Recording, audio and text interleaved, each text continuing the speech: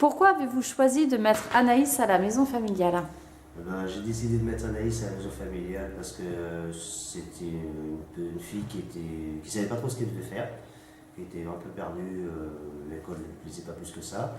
Donc j'ai décidé qu'elle vienne voir pour essayer plusieurs métiers quoi, afin de trouver sa branche. D'accord. Ce qui s'est passé. Vous connaissiez les maisons familiales? Tout à fait, parce que j'étais élève en maison familiale dans la Sarthe. Voilà. Et toi Anaïs, ton arrivée à la maison familiale, comment tu l'as vécu?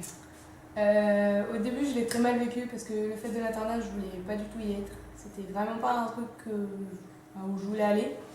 Et au final, j'ai trouvé l'AMUFR cool parce que du coup, on faisait plusieurs stages pour découvrir plusieurs métiers.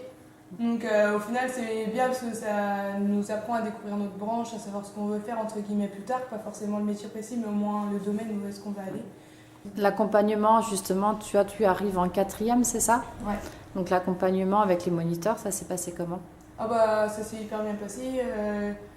1 à 2 fois par an, du coup, on avait les entretiens individuels avec notre moniteur référent. Et ça se passe super bien parce qu'au final, on parle de comment ça se passe en cours, à l'AMF en globalité, ou même du coup ce qui se passe en extérieur, chez nous ou autre. Donc c'est bien parce qu'au final, eux, ils apprennent à nous connaître, mais du coup, avec les cours et tout ça, on apprend aussi à les connaître. Vu qu'on est en internat, on vit quasiment, entre guillemets, tout le temps. D'accord. Vous intervenez en tant que jury Oui. dans les classes de 3e. Tout à fait. Pourquoi ce choix? Cela me permet de m'investir un peu plus dans l'école où est-ce qu'Anaïs allait, quoi.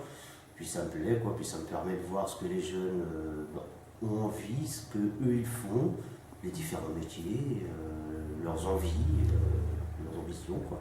D'accord. Et puis m'investir un peu plus dans l'école d'Anaïs, quoi. Voilà.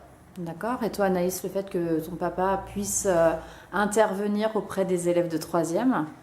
Moi je trouve ça bien parce que du coup ça lui permet de découvrir un peu plus le lieu où est-ce que je suis les 3/4 de l'année quand je suis en cours. Ça lui permet de découvrir les locaux et également du coup, comme il y a 2 ans du coup, de découvrir les classes avec qui j'étais, mais après comme il dit, de découvrir un peu les élèves qu'il peut y avoir ici, leur personnalité entre guillemets, ce qu'ils veulent faire plus tard, tout ça, je trouve ça intéressant. D'accord. Donc pour l'instant, pas de regret d'être arrivé Non du tout, non. chez nous? La preuve, je suis pas partie en 3e. T'as pas voulu quitter? Non. C'est l'année de ta 3e que tu as découvert une orientation professionnelle?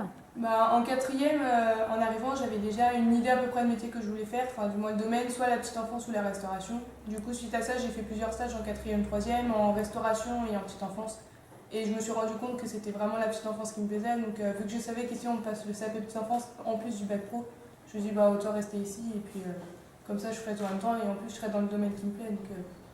Donc autant pas partir. Et tu as passé donc ton DNB chez nous? Oui. Que tu as obtenu? Avec une mention. Avec une mention, et papa connaît la mention. C'est une mention bien. Bien, voilà. Donc plutôt fière en fait de ce parcours. Plutôt, ouais. Ouais.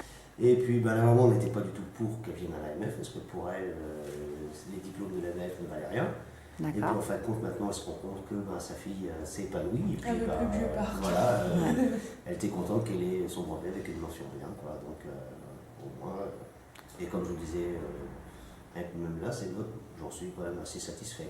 D'accord. Je peux toujours faire mieux, mais c'est une parole de parent. Voilà. Elle toujours mieux quand même faire. satisfaite des choses qui sont mises à disposition, comme là la semaine prochaine, la semaine du handicap, ça lui plaît parce que moi du coup j'ai mon beau-père qui est en fauteuil, donc le fait qu'il puisse faire une intervention, qu'on puisse découvrir plusieurs choses comme les sports pour les personnes en situation de handicap et tout ça, elle trouve ça plutôt bien parce que du coup ça nous sensibilise aussi face à ce monde-là qu'on ne connaît pas tant que ça au final.